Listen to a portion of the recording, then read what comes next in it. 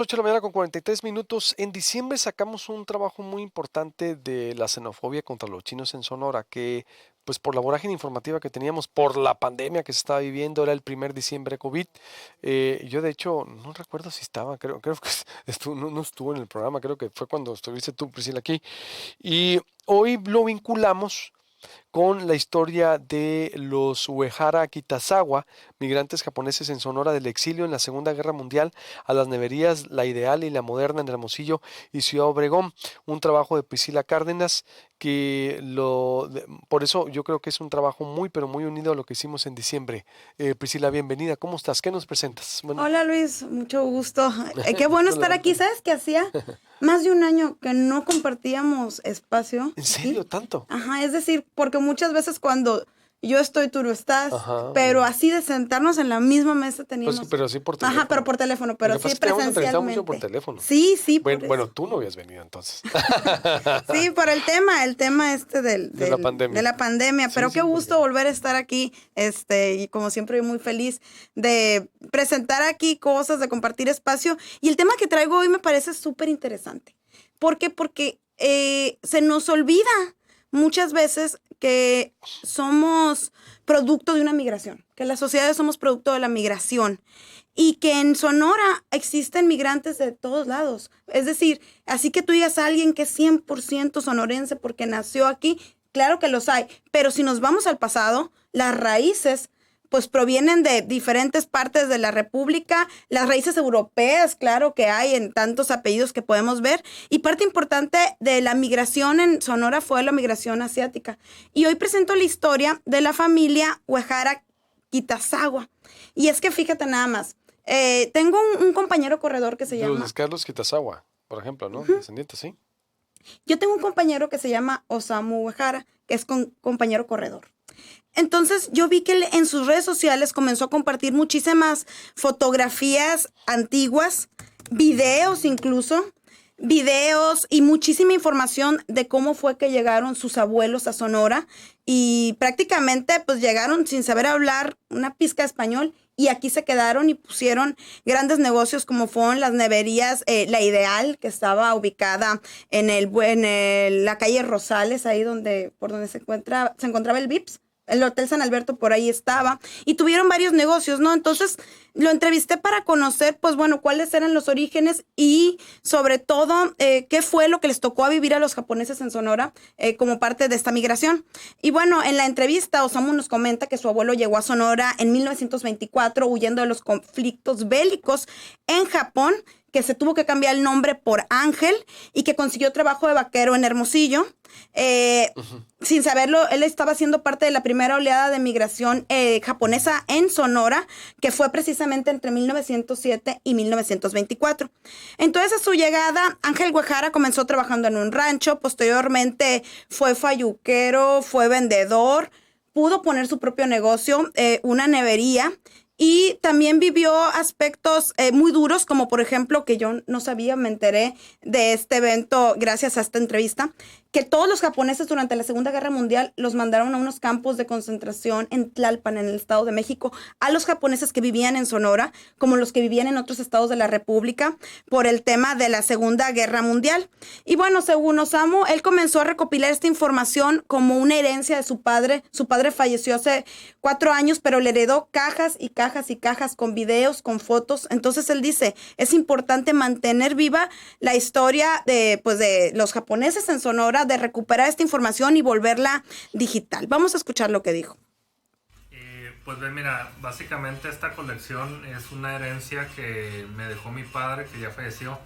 Un trabajo que era un proyecto personal de él y junto con sus hermanos, que son mis tíos y mis tías, estaba construyendo reconstruyendo, documentando la historia de mi abuelo, o sea, de su papá, y de cómo llegó de Japón a México y cómo se fue estableciendo y cómo, pues básicamente toda la historia, ¿no? Es un trabajo que estaba al 70-80%, y pues básicamente entre las cosas que fuimos rescatando, pues ya empezamos a ver y pues obviamente es un trabajo que vale la pena hoy en la era moderna o en la era digital, pues tenerlo a la vista y pues publicarlo y presumirlo y compartirlo, ¿no? Porque finalmente son cosas muy interesantes.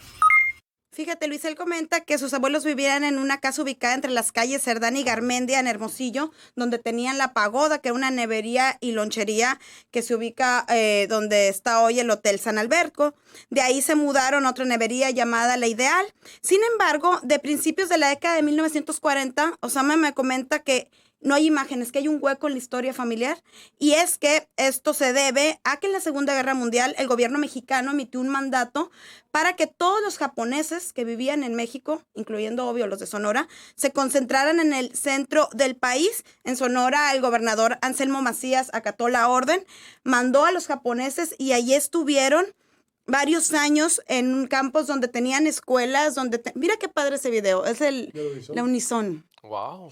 Estuvieron concentrados. Entonces, para abundar más en este tema de qué pasó con el mandato de Manuel Ávila Camacho, ahorita vamos a enlazar a la escritora Junko Ogata. Ella también es japonesa y se ha especializado sobre todo en migración japonesa en México y en buscar la importancia de que México reciba una disculpa pública por este exilio al que se les obligó a los japoneses. Aquí en Sonora fue hasta 1945. ¿Qué año fue esa, lo de Anselmo? ¿Puedes repetir? 1942. Bueno, ojo, 3 años después del 1929, la ley Vox, ¿no? Que obligó también la expulsión de los chinos, por ejemplo. Sí, así es. La ley 31 y la ley 27. Es decir, fueron hechos que se pegaron mucho.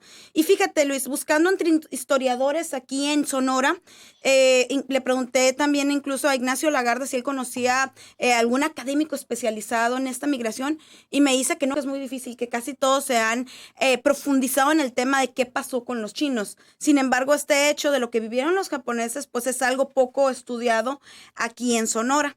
En el caso de lo que comenta Osamu Uehara, es que dice que sus abuelos hasta 1945 regresaron a Sonora, pero que se encontraron con que ya no tenían propiedades, lo que tenían o se había vendido o se había perdido. Tenían que empezar absolutamente de cero, y con apoyo de la comunidad sonorense pudieron irse a Ciudad Obregón y empezar una vida nueva allá, donde también pidieron prestado y demás, pudieron poner de nuevo una nevería y volver a empezar pues la vida que habían dejado previo a la Segunda Guerra Mundial. Osamu dice que es importante preservar la historia, primero que nada porque a él le gustaría como que continuar este legado de su padre que comenzó recopilando. Son miles de imágenes, tiene cajas y cajas y cajas por época, y los videos incluso ya los viste. Entonces a él le parece muy interesante preservarlo, digitalizarlo, y que toda esta comunidad interesada en historia, en migraciones, él se ha unido a grupos de historiadores donde les ayudan a preservar la historia. Él no es historiador, pero por hobby se empezó a meter en cómo preservar la historia, cómo preservar los videos, las imágenes y cómo compartirlas de una manera correcta a la sociedad, para informar y bueno, para abonar a preservar pues todo esto que se fue recopilando para él desde 1924 que llegó su abuelo a Sonora. Qué interesante. Y está Junko Ogata Aguilar, escritora, maestra en estudios latinoamericanos y se especializa también en el tema. Le damos la bienvenida y está en Veracruz, ¿verdad? Así es. Bienvenida a Proyecto Puente, Junko. Junko se apellida, se pronuncia Junko. así. ¿Junko o Sí, Junko? lo dijeron bien, muchas gracias. Gracias. Mucho gusto. Igualmente, a ver, ¿qué significa esta aportación muy importante, esta pieza histórica que recupera Priscila Cárdenas de Proyecto Puente para ponerla a debate y ese capítulo que poco se conoce? Ciertamente nosotros, a mí me tocó estudiar mucho el tema de los chinos en la universidad, exponerlo y todo, es fascinante, la verdad. Fascinante estudiarlo, no lo que ocurrió es, la verdad, es una vergüenza. Es decir, de cómo esa xenofobia nacional y sonorense que se dio, porque como ellos empezaron a ganar mucho lugares o a crecer en Sonora, a crecer en el comercio, en muchas actividades y en Sonora y después en México, que el auge fue tan grande que, como decía ahorita a la Priscila, el paralelismo de 1929 con la ley Vox, que fueron expulsados. Estoy haciendo obvio un sumario, un resumen de una vasta información que fue presentado por Priscila en diciembre, pero que nos encontramos con esta pieza, Junko, de cómo también los japoneses en el 42 fueron obligados a concentrarse en la Ciudad de México, y es un capítulo todavía pendiente en la historia. ¿Cómo interpretar esta aportación, Junko Ogata? Sí. Pues en primer lugar, solo para no adjudicarme títulos que todavía no tengo, estoy terminando la licenciatura en estudios latinoamericanos y bueno, mi interés en el tema se debe a que mi bisabuelo fue un migrante japonés que llegó en 1907 y entonces creciendo en la historia que me enseñaron en la escuela, pues creciendo en Veracruz, desde la primaria y luego hasta la universidad, que me fui a la Ciudad de México, a la UNAM, pues nunca hablaban sobre la historia de las comunidades asiáticas en México, ¿no? Específicamente en mi caso, pues la japonesa, pero nunca aprendí sobre presencia de personas del continente asiático en México y me hacía pensar, bueno, entonces no existimos, ¿no? O fuimos, solo fue mi bisabuelo, ¿no? No existen las personas japonesas mexicanas.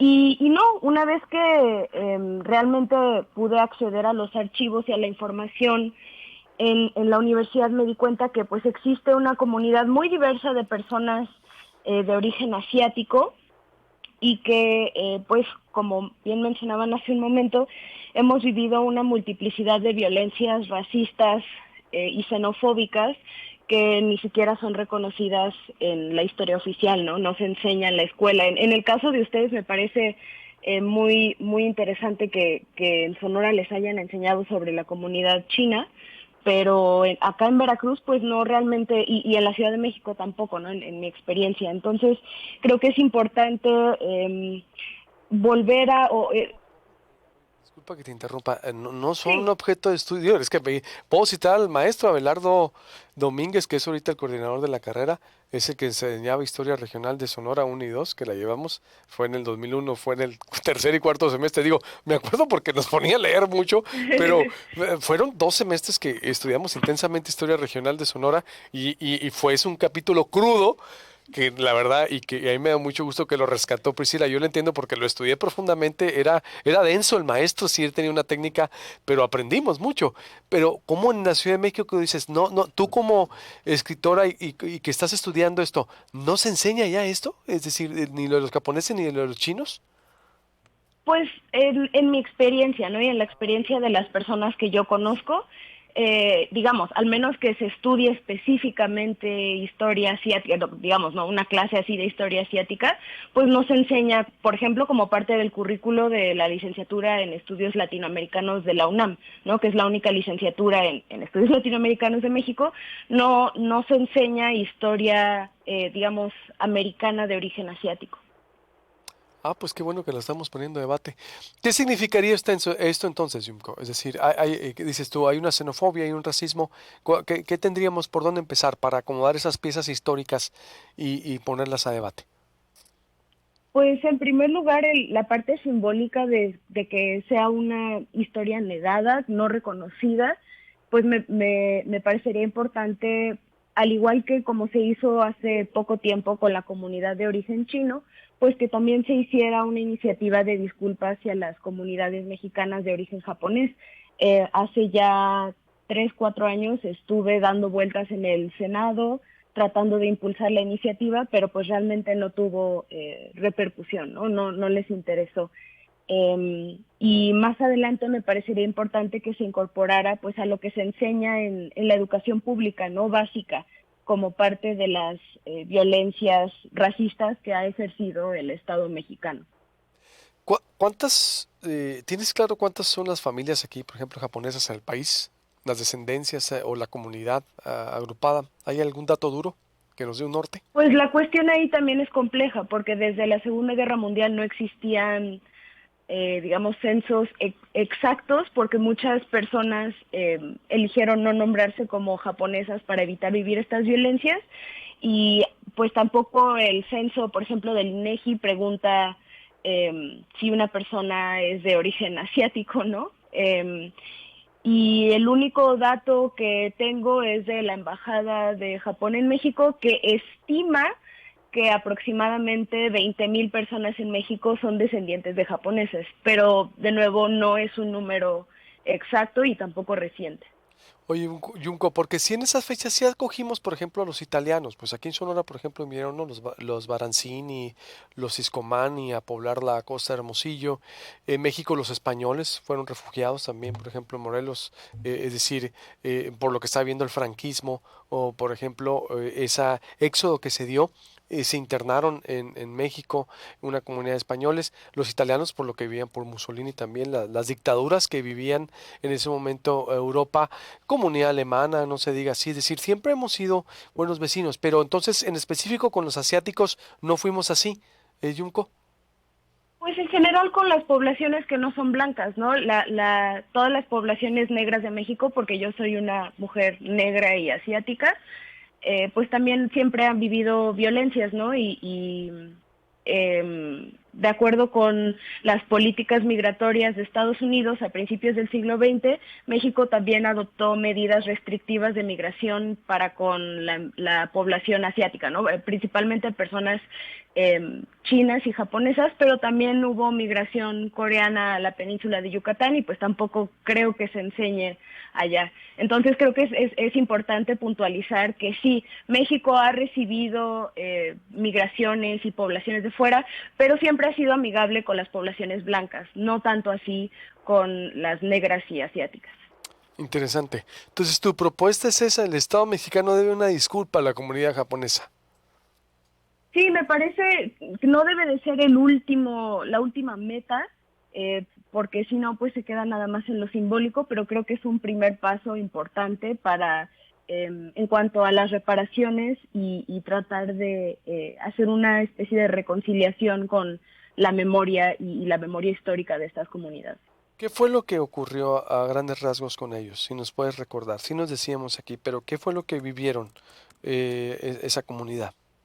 Pues después del ataque por parte del Imperio japonés a Pearl Harbor, Hawái, en Estados Unidos, tanto Estados Unidos como México rompieron relaciones diplomáticas con Japón, pero luego Estados Unidos presionó a México y me parece que a otros 13 países latinoamericanos a concentrar a la población de origen japonés que tuvieran, y es importante poner origen japonés porque muchas personas ya eran nacionalizadas mexicanas en este caso, o ya habían nacido en México, y de todos modos fueron llevadas a los campos de concentración, aunque no tuvieran casos en contra de las personas, es decir, no había pruebas de que fueran espías o de que estuvieran sirviendo a Japón.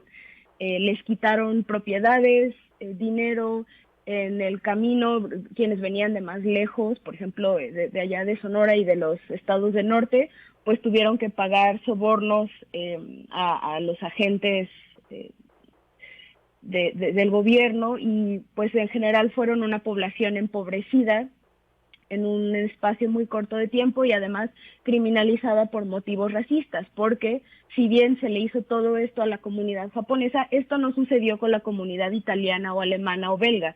Se arrestaron a individuos específicos contra los cuales se tenían pruebas que estaban, digamos, simpatizantes de la causa nazi, pero a los japoneses los agarraron todos parejos porque, claro, como son parte del imperio japonés, pues deben ser enemigos. Bien, para que vea, bueno, haciendo un paralelismo de la historia. Priscila, ¿quieres algo que preguntarle? Que aunque ahí está en la nota ya para cerrar. Pues no, agradecer a Junco pues la oportunidad de poder entrevistarla y de contextualizar pues este tema que es tan interesante y que yo siempre voy a repetir que el que no conoce su historia está condenado Sí. a repetirla, ¿no? Dicen por ahí, no sé quién fue el célebre que dijo esa frase, pero que es muy importante que en Sonora y a nivel pues nacional escribamos sobre historia, investiguemos sobre historia, consultemos sobre historia para pues tener un conocimiento y no pues repetir patrones que en su momento pues fueron tan dolorosos para toda una comunidad. ¿Algo más, Junko, que desees agregar? Que no te haya Pues les preguntado. agradezco este espacio para hablar del tema y empezar a reconocer que las personas mexicanas no se ven de una sola forma o no tienen una sola cultura, y que existimos personas mexicanas de orígenes raciales y culturales diversos, ¿no? No solo personas mestizas, indígenas, blancas, sino que también hay otras poblaciones diaspóricas que es importante reconocer. Gracias, Junko. Buenos días. Hasta luego. Oye, para finalizar, ¿y qué me dices de los 80s, de la campaña con el cazador de guachos? Que me gustaría hablar con José Terán, fíjate, sería Me bueno, a ver, encantaría ojalá. hacer un reportaje de Sí, eso. José Terán, sí, a ver, vamos a recordar cuál es el cazador de guachos, el libro que fue emblemático porque diferenciaba en un sonorense con un guacho en un término despectivo a la gente de la Ciudad de México y que después vino el término sonoguacho, ¿no? Pues la gente que estaba con Félix Valdés y todos los funcionarios que vinieron Mi papá, a- entre ellos. entre ellos, Entre ellos, mi papá. así le decían, ¿no? ¿Cómo? Sonoguachos, ajá. Y mi papá llegó aquí con el gobierno de Miguel de la Madrid. Llegó de Jalisco a Sonora.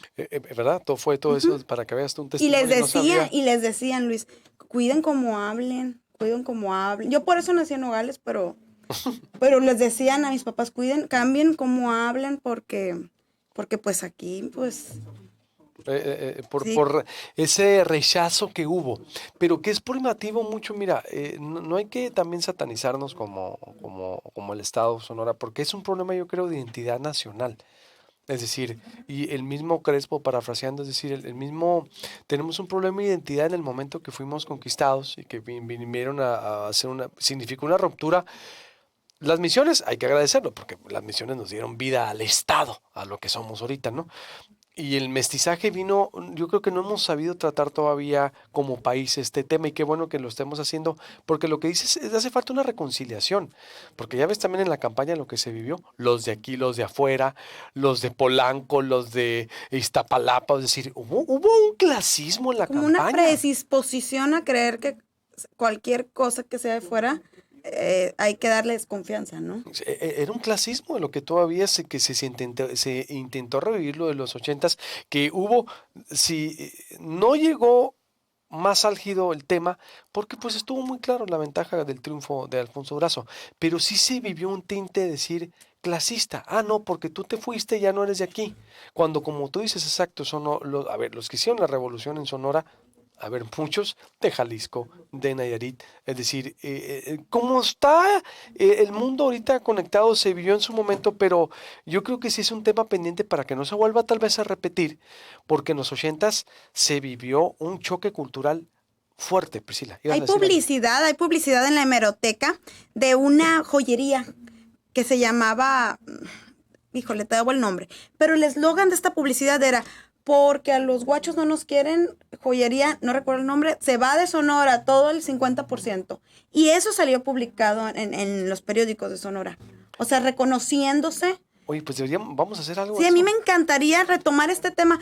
También, ¿por qué, Luis? Porque haciendo la investigación de la comunidad china, que en esa ocasión, pues, tuve la oportunidad de consultar a muchos historiadores sonorenses especializados en comunidad china, que me mencionaban, esto no fue algo que pasó con los migrantes de Francia, de España, o sea, fue como que fue un racismo selectivo con los extranjeros, ¿no? Y es algo que seguimos viendo aquí. Sí, pues ella lo dice también, como los alemanes, las comunidades italianas, es decir, fueron bien acogidas, fueron bien albergadas. Yo creo que sí es necesario hacer para una conciliación, para una reconciliación también, ¿no? Conciliación o reconciliación para que no se vea o una distensión, vaya, porque todavía hay rasgos que lo sacan. Lo sacan, como decía Samuel Huntington también, lo sacaron de los estadounidenses contra el mexicano. Hay un antimexicanismo en la comunidad white de Estados Unidos muy arraigada, muy marcada. Es decir, y si te vas, yo creo que es un problema tal vez de la humanidad profundo, pero estamos en un momento, yo creo que en esa reconciliación necesaria, aunque te veas al poder con otro discurso, pero sí es necesario, yo creo, para ponerlo a debate, para que no se vuelva a repetir. Para que no se vuelva a repetir, porque sí, en los 80s eso, y decía el libro El cazador de guachos, voy a entrevistar, acuérdate, ¿cómo identificas a un sonorense de un guacho? Decía, le agarras una hoja, ¿sí sabes eso? ¿Sí? No. La avientas, decía el libro, y si la agarra, es un sonorense, porque es para el béisbol. Y si le pega con la cabeza o con el pecho, Ay, como no. un fútbol, es un guacho. O sea, digo, la verdad es algo que hay que rechazar. Así de veras, eso decía el libro tan absurdo. Y es, por favor, sí, pero sí es como si me la avientas ahorita, pues, o sea, perdón, no, Maribel, era para el Leonardo. Pues Me la agarro, recuerda un poco. es como decir a quién le gusta, la agarras y le pones, verás, aviéntamela a mí, aviéntamela, Leonardo, aviéntamela, ¿no? O es como si la agarran, no, y la agarran. Después del básquet. Y luego incluso, Digo, creo que en aquel entonces un había un absurdo. eslogan, ¿no? Que haz Es patria, absurdo. que decía, no recuerdo una frase que se usaba, haz patria, casa, un guacho, algo así decía, ¿no? Sí, o sea, por eso. O sea, a mí me exacto. parece escandaloso Es un absurdo, eso, Luis. es un absurdo. Y haciendo el reportaje de la comunidad china en Sonora, me encontré con el libro El ejemplo de Sonora de José Ángel Espinosa, que es el libro que tiene las bases que dice que todo México debe de seguir el ejemplo de Sonora en cuestión de aprobar leyes en contra de la comunidad china. Es algo que a mí me parece escandaloso y que en ese entonces, en el caso de la comunidad china en 1920 y tantos, pues lo veían como que tenía No, sentido. pero esa fue la segunda ola. La primera ola de la comunidad china fue, acuérdate, 1900, los principios de siglo, cuando Sí. empezaron a llegar. Ya esa fue con la expulsión del país con la ley Vox, que fue un problema nacional. Entonces, pero la primera población, los primeros poblados los que se hicieron fue en 1900, 1905. Oye, yo creo que Alfonso es un tema que a lo mejor pudiera poner también para una reconciliación, entre pueblos. Pero mira, no te vayas tan lejos. Con los indígenas, ¿cómo somos a veces? No te vayas tan lejos.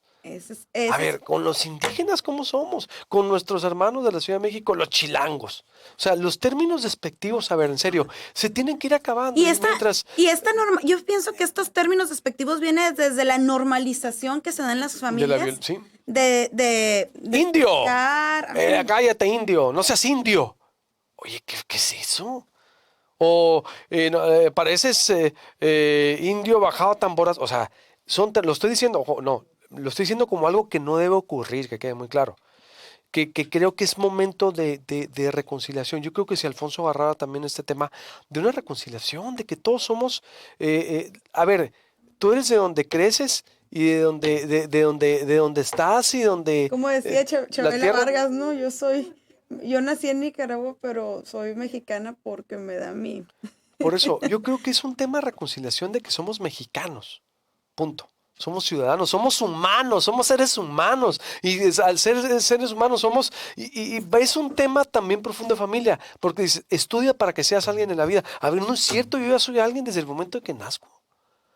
Es un problema intrínseco ya de humanidad, de vernos todos como humanos mexicanos o como somos, o sea, más allá de esas fronteras, ¿no crees tú? ¿Sí o no? Te dicen también la sociedad, oye, estudia para que seas alguien en la vida, no eres nadie. Oye, espérame, ya soy, a ver, tengo vida, tengo algo en propio, Pero ya es como soy que estereotipar los sinónimos de éxito, ¿no? De que qué es ser alguien. Ajá, sí, o sea, si no eres, de veras, yo creo que es un problema de conceptos de cómo nos vemos como, o de solo de impulsar el tener y tener y tener en lugar del ser que soy un humano, con defectos y virtudes, con corazón, soy mucho más de lo que dicen o el ego, pues de lo que tengo, de lo que soy. En fin, ya nos pusimos a filosofar. Pero definitivamente es un tema que da para mucho la historia de Sonora desde sus diferentes episodios. Estoy de acuerdo. Desde sus diferentes episodios. ¿Qué tanto le podemos enseñar desde este espacio, Luis, a las nuevas generaciones, por así decirlo? Mucho. Que a mí me da mucho gusto que si tú hablas con adolescentes, estas ideas no están tan arraigadas. Son más open mind. Y entonces da mucho gusto, ¿no? Sin embargo, pues siempre es bueno recordar cómo pasaron las cosas, por qué pasaron, para no repetirlas. Estoy de acuerdo. Y saludos por allá, por ejemplo, a Carolina Burruel. Debemos de ser abiertos a todas las razas. Douglas Murray, mucha historia por revisar, concientizar y cambiar para hoy y futuras generaciones. La prueba de la bellota. ¿Cuál era esa? Debe ser como la de la pelota que hiciste, ¿no? Así de despectivo, ¿no? Qué bárbaro. Mario Herrera, mis parientes, amigos y el suscrito nunca hemos sentido agresividad en todo el noroeste, porque dicen que son, a ver... Paco Estrada, todos somos mexicanos y debemos estar orgullosos de eso, debemos erradicar racismo y el clasismo fuera de la sociedad, estoy de acuerdo. Carlos Casno, sí se le nota, bueno más, Mario Herrera, dice Alberto Medina, gracias, todos los del sur somos guachos, en lo particular no molesta. Es que ese fue el concepto que decía, no, debía de ser, es para allá, Sí. ¿de acuerdo? Sí. Raza, pues lo que estamos haciendo es por eso vincular seguro que fue forzado por Estados Unidos. Mi abuela, Paco Estrada, mi abuela, que en paz descanse, estoy leyendo los youtuberos, a ver si por Facebook está, ya me rompí el protocolo del programa, los más comentarios que estén llegando. Paco Estrada, mi abuela, que en paz descanse, llegó a Hermosillo huyendo de un marido borracho y golpeador del estado de Nayarit y fue pionera en esta gran ciudad. Por ejemplo, ya estamos en el futuro de la humanidad, el mestizaje, estamos planeando una reunión en Sonora con Pancho para octubre. ¿Qué Pancho? ¿Qué? Tengo fotos muy interesantes de mi familia y en ellas se observa este claro mestizaje de la raza realmente fascinante. Bueno, y más, pues los que llegaron a la fuera, imagínate más como está ahorita el mundo de mezclado, ¿no? Nos dice un comentario, Alberto Carlos Sánchez, mata un chilanco y harás patria. Esa es la frase, que qué fuerte, ¿no? Que, híjole. No, es lo que te digo, pues. La verdad, sí, yo creo que si nos vamos a eso, no solo acá, exacto, más patria, eso es lo que acaba de decir. Pues imagínate, y eso ¿Ves? Para lo que escribían veas. y lo publicaban, Ajá. ¿no? ¿Pero en Sonora o a nivel nacional? Creo que en Sonora. Pero ya también si te vas con nuestros hermanos, digo, yo quiero mucho el DF porque ya viví 4 años, también allá ves de repente se cuecen nada. Provinciano, Pepa, ¿qué querías? Sí, lo Es de que tú qué vas provinciano. a saber. ¿Tú qué sabes? O sea, es un problema de veras ya de humano, de ser humano, que yo creo que entre más que impulsemos una concordia, una conciliación y en donde todos pues somos iguales, punto. Qué buen tema, vamos a abordar Qué en eso, buen tema. vamos a abordar el tema, vamos a seguirlo, Priscila, gracias. Muchas gracias. Ya nos vamos, quédese ahí, todos aquí en proyectopuente.com.mx, en Facebook, suscríbase al canal de YouTube, es gratis, y seguiremos abordando estos temas interesantes para vernos todos, que todos somos iguales. Con permiso, Dios los bendiga, Dios nos bendiga. Gracias por acompañarnos.